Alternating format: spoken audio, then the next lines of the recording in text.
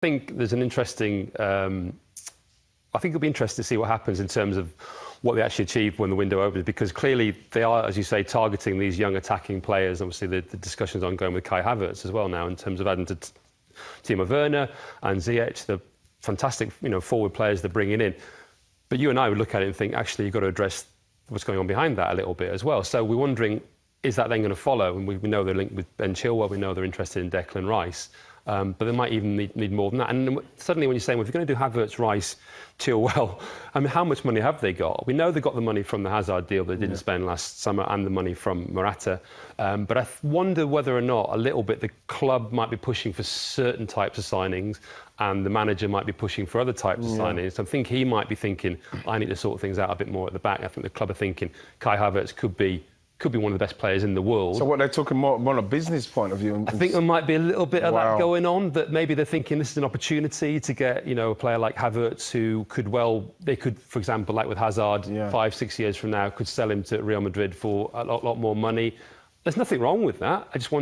I'm wondering whether that's really the priority for Frank Lampard. He's not going to turn around and say, I don't want Kai Havertz, is he? No. But maybe you might think, maybe my priorities lie elsewhere, and I'm wondering whether the balance of the team or the balance of the recruitment is quite right. Nobody would criticise the players they've signed. Absolutely brilliant players, and they're going to be a really exciting team. But you wonder whether that balance, and within that, I also wonder defensively. He doesn't seem to trust an awful lot of the defenders. No. Azpilicueta, clearly, Reece James was coming through. What's happened to Tomori? Yeah, I mean, he was in the England team. I liked it. I really liked him. But he's suddenly out of the picture, and I wonder if, again, you wonder whether the club might be thinking, OK, you have got quite a lot of defenders here, you have got a lot of players, maybe it's up to you to source it out. Then you look at it, Jason, like Kurt Zouma weren't playing a while back, now he's brought him back, then he's left Rudiger out, he's stick with Christensen, and he's moving them about. Yeah. Then you've got a goalkeeper that's making so many mistakes and letting go. It seems like right in the most important position for me for Chelsea, with the two centre-halves and the goalkeepers communicating, that's where they are their weakest. There's too much change going on there. I'm very surprised they're not trying to find the centre-halves.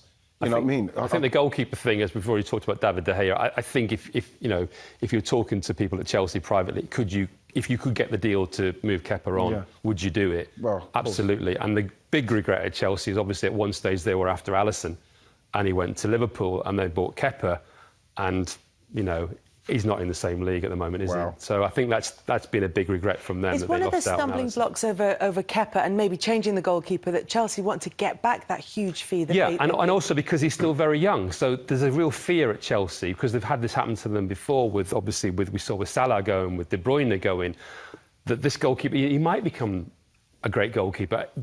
You mentioned before about Spain.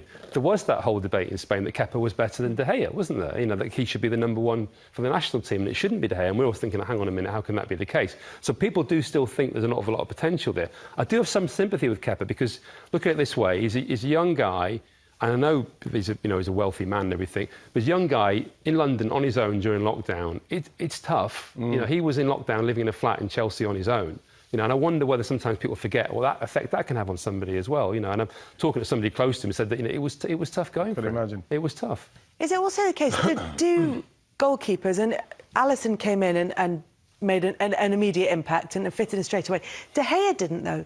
It might just be that there is a learning process. And made an immediate impact and fitted in straight away.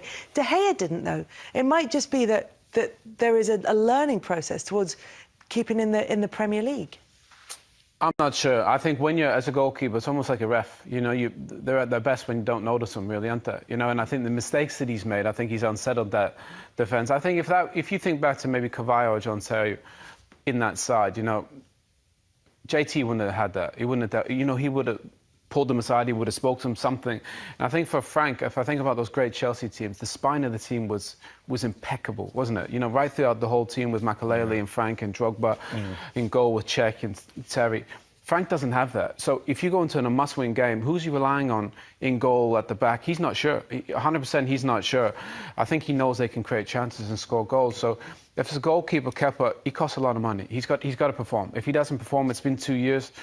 If I was manager and I was Frank, I'd be looking to pull the trigger. I know I'd do. I'd go to Atletico Madrid and say, you can have Kepa, we'll have Oblak. Give us Oblak. Plus how much? Yeah. Well, and what do you want to do about it? Because obviously, he's a lot younger than Oblak, but in the way that Alisson transformed that Liverpool, yes, and obviously with Ederson at Man City to a degree, Black in that Chelsea team, suddenly you're thinking, that's a very different prospect. Yeah, but Jace, the mere fact that he would drop Kepa with what Kepa's costs, and he's made mistakes where he deserved to be dropped, and bring in Willy Caballero, who I believe is not a very good number 2. He's getting older as well. Exactly, I mean, it says everything to me.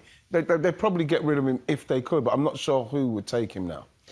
Talk about the frailties of Chelsea. You talked about the fact that Wolves are perfectly poised to take advantage of those. So of the teams that are going for the Champions League places, who do you think, out of Manchester United, Leicester and Chelsea, who are the the two that are going to be in the Champions League next season?